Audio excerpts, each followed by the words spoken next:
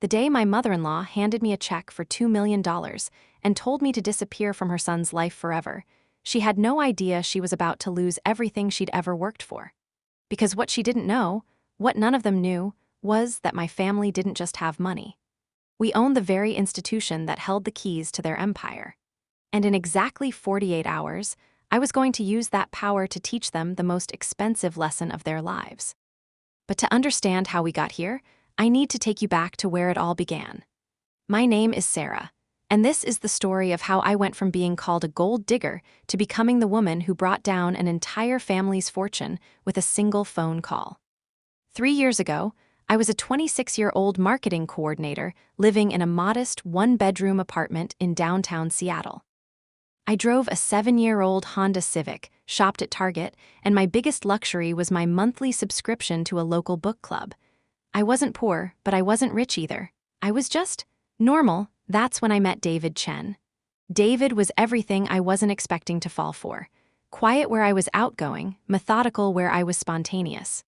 He worked as a software engineer at a mid-sized tech company, and when we first started dating, he'd pick me up in his beat-up Toyota Camry and take me to hole-in-the-wall restaurants that served the best food I'd ever tasted. For the first 6 months, our relationship existed in this beautiful bubble. We'd spend weekends hiking local trails, trying new coffee shops, and having deep conversations about everything from philosophy to our dreams for the future. David never mentioned money, never flaunted wealth, never even suggested his family had more than a comfortable middle-class lifestyle. The first hint that David's world was different from mine came during a casual conversation about holiday plans. "So my parents want to meet you," he said one evening as we were cooking dinner together in my tiny kitchen. "That's great," I replied, stirring the pasta sauce. "Should I be nervous?" David paused, and I caught something in his expression, a flicker of uncertainty.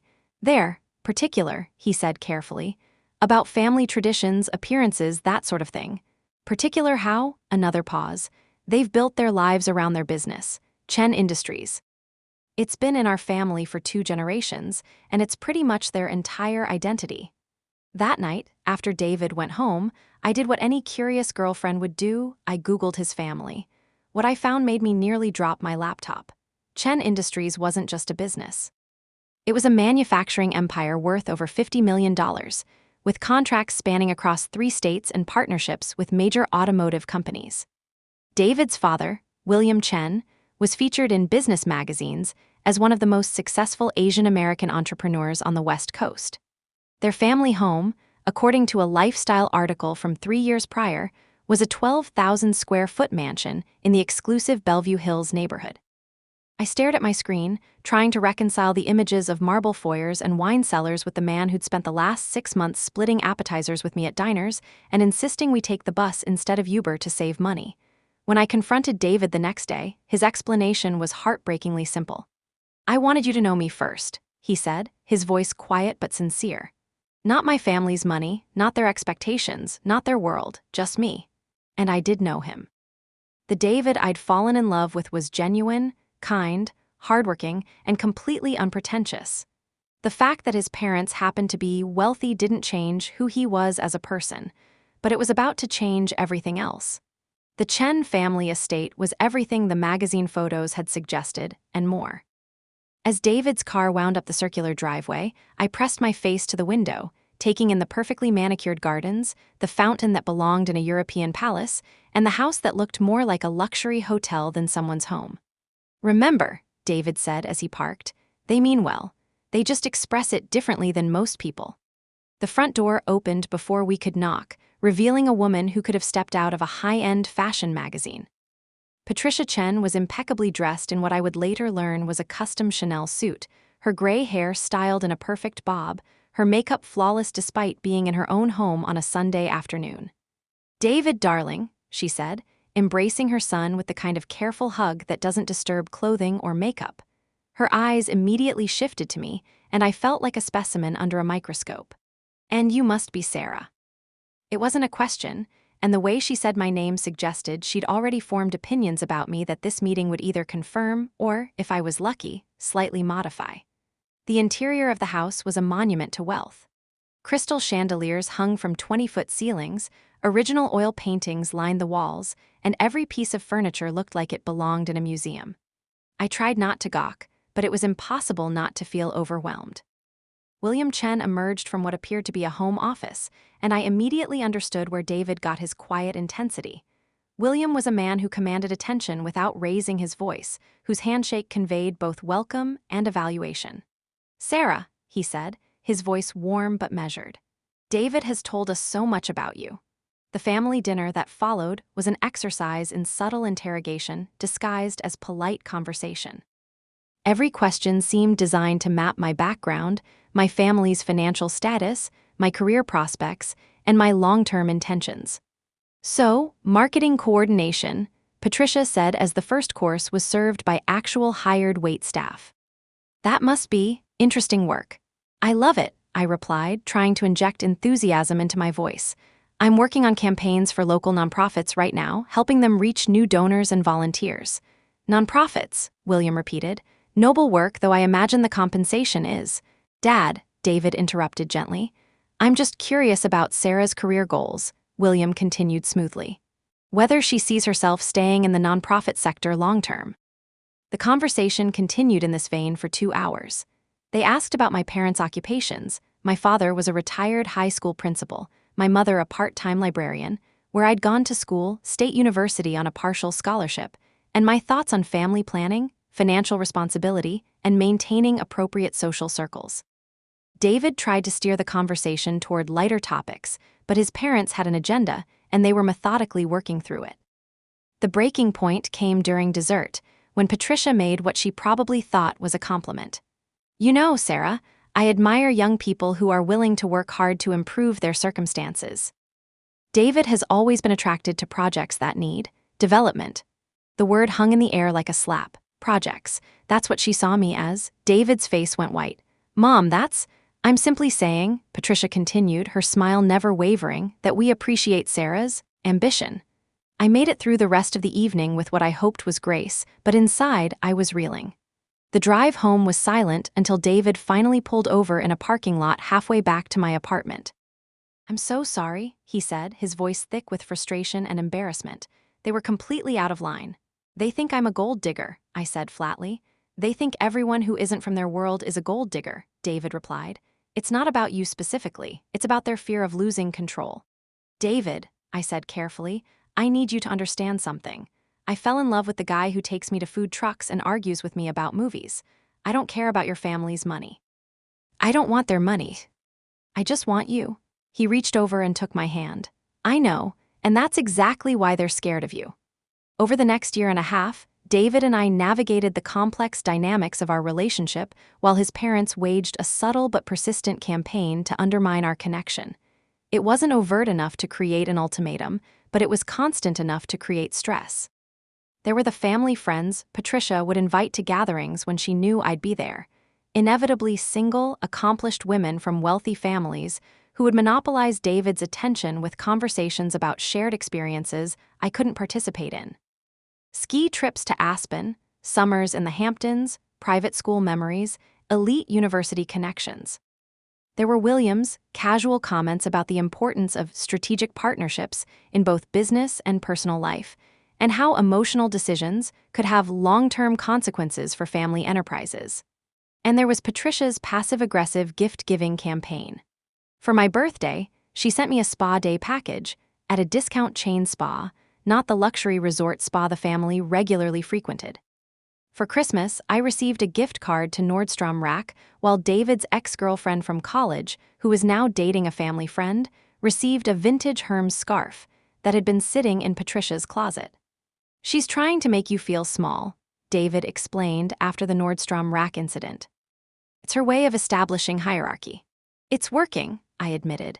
But despite their efforts, David and I were growing stronger as a couple. He was increasingly vocal about defending me, and I was learning to hold my own in their social circles. More importantly, David and I were building a life together. We found an apartment that we both loved, we adopted a rescue dog named Charlie, and we talked about marriage. Which is exactly when Patricia Chen decided to escalate her campaign. The first sign of the new offensive came during what was supposed to be a casual family brunch. David had been called away for a business call, leaving me alone with Patricia. "Sarah," she began, I think it's time we had an honest conversation about your future with David. She reached into her purse and withdrew a thick manila envelope, placing it on the glass table between us. I've done some research, she continued, her voice businesslike and cold. Your father's pension, your mother's part-time income, your college loan payments, your current salary, your credit score, your rental history. My blood turned to ice. You investigated me? I investigated your finances, she corrected. And what I found confirms what I suspected. You're drowning in debt, and you see David as your way out. That's not true. Numbers don't lie, Sarah. You're 28 years old with less than $3,000 in savings. David, meanwhile, stands to inherit a controlling interest in a $50 million company. She pushed the envelope toward me.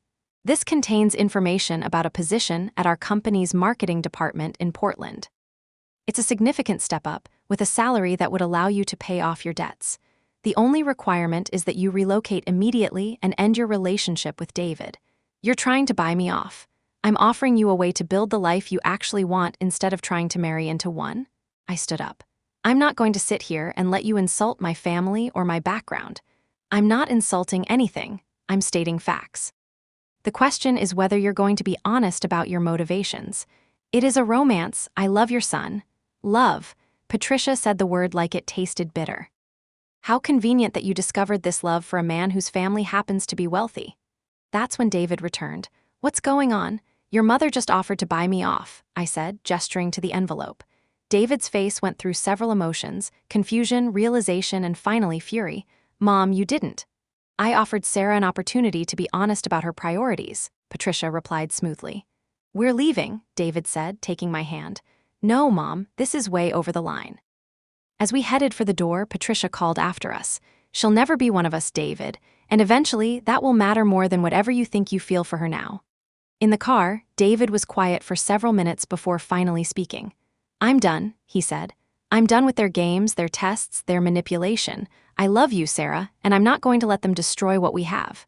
That night, David proposed. His proposal was perfect in its simplicity. Just the two of us in our apartment, and a ring he'd chosen himself. I don't want to wait for them to approve, he said. I just want to spend my life with you. For about 12 hours, everything was perfect. Then David called his parents to share the news. The conversation was short and tense. They want to meet with both of us, he said after hanging up. Tomorrow. The next evening, we sat in the Chen family's formal living room. William sat behind his desk like a judge, Patricia positioned herself strategically, and David and I faced them. David, William began, your mother tells me you've made an important decision without consulting the family. I asked Sarah to marry me, David replied firmly. It's not a business decision that requires board approval. Everything you do affects this family and this business, William continued. Patricia leaned forward. We've prepared something that we think will help clarify the situation. She handed David a thick folder. A prenuptial agreement, William said. It protects the business, the family assets, and ensures that all parties understand their legal standing. David opened the folder, and his face changed from confusion to anger. This isn't a prenup, he said quietly. This is an ownership transfer agreement. If I marry you without their approval, I forfeit my inheritance and my position in the company.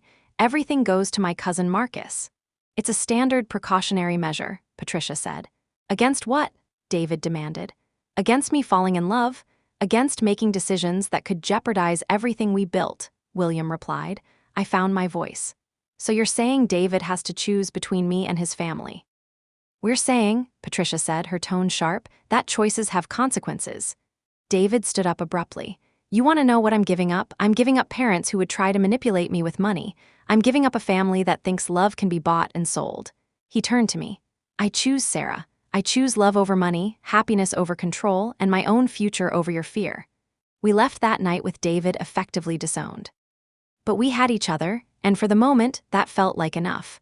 What we didn't know was that Patricia Chen wasn't done fighting. For 6 months, we heard nothing. We planned our wedding, a small ceremony with friends and my family. David found a new job. We were building a life together, but Patricia had simply changed tactics. She had hired a private investigation firm to conduct a comprehensive background analysis of my entire family, looking for anything she could use against me. The investigators dug into my parents' mortgage, my cousin's DUI, and my grandmother's medical bills. They were building a profile to find leverage. What they found instead was something Patricia Chen never expected. Among the records they accessed was a trust fund established in my name when I was born by my great-grandmother, Eleanor Whitfield. Eleanor was born Eleanor Morrison, the daughter of James Morrison, who founded Morrison Bank in 1899. Eleanor's youngest daughter, Margaret, had eloped with a school teacher, refusing her inheritance to live a normal life. Margaret was my grandmother. The trust fund was modest by Whitfield standards, about $2 million. But it came with something much more valuable: a controlling interest in the Morrison Whitfield Financial Group, the holding company that had quietly acquired dozens of smaller banks over the past 70 years, including the bank that held the primary business loan for Chen Industries. The irony was perfect. Patricia Chen had hired investigators to dig into my family's finances, and in doing so, she had inadvertently uncovered the very information that would give me power over her family's business. But I didn't know any of this yet. Our wedding was scheduled for late September. David was enchanted by the idea of a simple celebration focused on family and friends. My parents adored him. But then my mother told me that Patricia had called her months ago, asking invasive questions about my background and character. "She called you?" I asked, stunned. My mother confirmed it, calling Patricia a strange, intense woman. When I told David, he was shocked. He called his parents and learned that the call to my mother was just the beginning. For months, Patricia had been reaching out to our friends, my former colleagues, and even my landlord, conducting informal references and building a case against me. 3 weeks before our wedding, she made her most devastating move. She sent invitations to David's extended family and the Seattle business community for a celebration of David's future on the same day as our wedding. The invitations were deliberately misleading, suggesting David had come to his senses and might be calling off the wedding. She was trying to sabotage our day and force people to choose between our ceremony and her party. The week before our wedding became a surreal battle. Friends and colleagues called constantly, confused. "She's turning our wedding into a public referendum on our relationship," David said. The morning of our wedding, I woke up to a call from a reporter at the Seattle Business Journal. "Ms. Hayes," he said, "can you comment on the rumors that David Chen is reconsidering his engagement due to family pressure?" I hung up, reeling. It was all designed to publicly humiliate me, to paint me as a delusional woman who couldn't take a hint. I sat on the edge of our bed in my wedding dress, feeling truly defeated for the first time. And then my phone rang again. This time, it was an unfamiliar law firm. "Ms. Hayes," a voice said, "this is Margaret Blackwood from Blackwood, Morrison and Associates. I represent the Morrison Whitfield Financial Group. We need to meet with you immediately regarding your inheritance." "My what?" "Your great-grandmother's trust.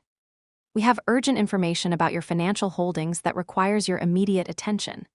"I'm getting married today," I said, looking at the clock. "Congratulations. This will only take an hour, and I think you'll want to hear what we have to say before your ceremony, particularly given the current situation with the Chen family." "How do you know about the Chen family?" "Because, Ms. Hayes, our client, which is to say, your trust, holds the primary business loan for Chen Industries. And that loan comes up for renewal on Monday." The room went very quiet. "I'll be right there," I said. Margaret Blackwood's office was in a beautiful historic building. She was a woman in her 60s with silver hair and sharp eyes. "Ms. Hayes," she said, "thank you for coming. Your great-grandmother, Eleanor Whitfield, was quite specific about the terms of your inheritance. She wanted you to live your own life and only access the trust if circumstances required your intervention in family business matters." She opened a folder. "The trust contains 2 components. First, a personal inheritance of approximately $2.3 million. Second, and more significantly, a 51% controlling interest in Morrison Whitfield Financial Group. I own a bank. You own a network of banks, credit unions, and lending institutions, which brings us to the urgent matter. 3 days ago, we received a renewal application for a significant business loan. The borrower is Chen Industries, and the loan amount is $47 million. My heart stopped. "Chen Industries has been operating on thin margins," she explained. "Their expansion was more aggressive than their cash flow could support. The loan renewal that's due Monday represents virtually their entire operating capital. What happens if the loan isn't renewed? Chen Industries would likely be forced into bankruptcy within 60 days. And I have the authority to make that decision. As the controlling shareholder, yes, if you choose to exercise that authority. Margaret leaned back. Sarah, someone has been making inquiries about your background for months. Inquiries that eventually led them to this trust. What they found instead was information that gives you leverage over them. I walked back to my car, carrying a briefcase that contained the power to destroy the family that had spent 2 years trying to destroy me. But first, I had a ceremony to attend. Our wedding ceremony was beautiful, small, and intimate. David's vows were perfect. He spoke of building a new world together, one where love was chosen, nurtured, and protected. My vows echoed his, but as we exchanged rings, I was acutely aware of the briefcase sitting in our apartment. At the reception, David's phone started buzzing with texts from his cousin Marcus. Dude, this is awkward. Your parents are acting like you're going to show up and announce you've changed your mind. I looked at David. I need to tell you something. I explained everything. He was stunned. You own the bank that handles my parents' business loan? Apparently. What are you going to do? He asked. I don't know yet, but I think your parents deserve to know that their investigation revealed some interesting information. A slow smile spread across David's face. You want to go to their party. I want to have a conversation with your mother about respect, family values, and the consequences of manipulation. In that case, Mrs. Chen, he said, let's go crash my parents' party. The country club ballroom was filled with Seattle's business elite. Patricia Chen was holding court, explaining how difficult it had been to watch her son make emotional decisions. I was still in my simple wedding dress. I'd never felt more appropriately dressed in my life. We walked into the room and a hush fell. Patricia saw us and her face hardened. David, she said loudly, how nice of you to finally join us. Hello, Mother, David replied, his arm around my waist. I'd like you to meet my wife. The word wife rippled through the room. Patricia walked toward us. Sarah, she said, how? Unexpected. I thought you'd be busy with your celebration. We were, I replied. It was beautiful, small, intimate, focused on what actually matters. You should try it sometime. Well, she said, I do hope you'll both be practical about your future. Speaking of practical choices, I said, opening my small bag, I wanted to thank you for the wedding gift you gave us. The background investigation on my family, it was incredibly revealing. I pulled out a single document, the Morrison Whitfield Financial Group corporate structure chart, with my name highlighted as the controlling shareholder. It turns out your investigators uncovered some fascinating information. My great-grandmother, Eleanor Whitfield, founded Morrison Whitfield Financial Group. She left me a trust fund that gives me a controlling interest in the company. We hold business loans for hundreds of companies, including Chen Industries. The silence in the room was absolute. Patricia's face had gone completely white. Your company's $47 million loan comes up for renewal on Monday morning. As the controlling shareholder, I have the authority to make decisions about that renewal. Patricia tried to speak, but no sound came out.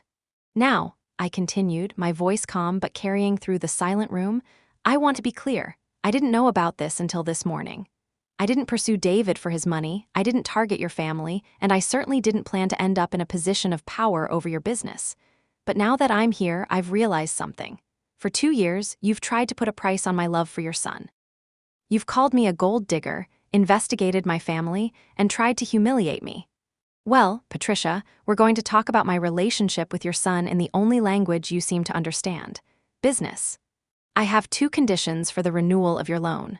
First, you will issue a public apology to my family and to me for the slander and harassment we've endured. You will send it to every person you invited to this event, and you will publish it in the Seattle Business Journal. Second, you will step down from the board of Chen Industries. Both of you will transfer your operational control to David. You will retain your shares, but you will have no say in the company's future. Patricia stared at me, her composure finally cracking. You can't be serious. You would destroy our family's legacy over a personal grudge? This isn't a grudge, I said. This is a business negotiation. You tried to buy me off, remember? Now I'm setting my price, and my price is respect. My price is David's freedom from your control. William Chen stepped forward. Sarah, he said, his voice strained, let's be reasonable. We can discuss a new arrangement. The time for negotiations from a position of weakness is over, William. You have until Monday morning at 9 a.m. to accept my terms. If you don't, I will instruct Morrison Whitfield to call the loan. And Chen Industries will cease to exist. David took my hand. Let's go, Sarah. We have a reception to get back to. We turned and walked out of the ballroom, leaving a stunned silence in our wake. So, what happened next? Well, as you can probably guess, they accepted my terms. The public apology was humiliating for them, but not as humiliating as bankruptcy would have been. William and Patricia retired, spending most of their time on their yacht, far away from the business world they once dominated. David took over as CEO of Chen Industries, and he's been transforming it from the inside out. He implemented better working conditions, increased wages, and started a new division focused on sustainable manufacturing. The company is more profitable than ever, but more importantly, it's a company we can both be proud of. And as for me, I found myself in a position I never expected. As the head of the Morrison Whitfield Financial Group, I had a choice. Instead of embracing the world of cutthroat finance, I established the Aliner Whitfield Foundation, a new branch of our company dedicated to providing low-interest loans and grants to nonprofits and community development projects. We sold the mansion in Bellevue Hills. It's a community arts center now. David and I still live in our apartment with our dog, Charlie. We still go to food trucks and hike on the weekends. Our life didn't change as much as you might think. What changed was our ability to make a difference. In the end, my mother-in-law was right about one thing: I am a gold digger. But the gold I was digging for wasn't money. It was justice. It was respect. It was the freedom to build a life based on love, not ledger books. And that's a treasure you can't put a price on.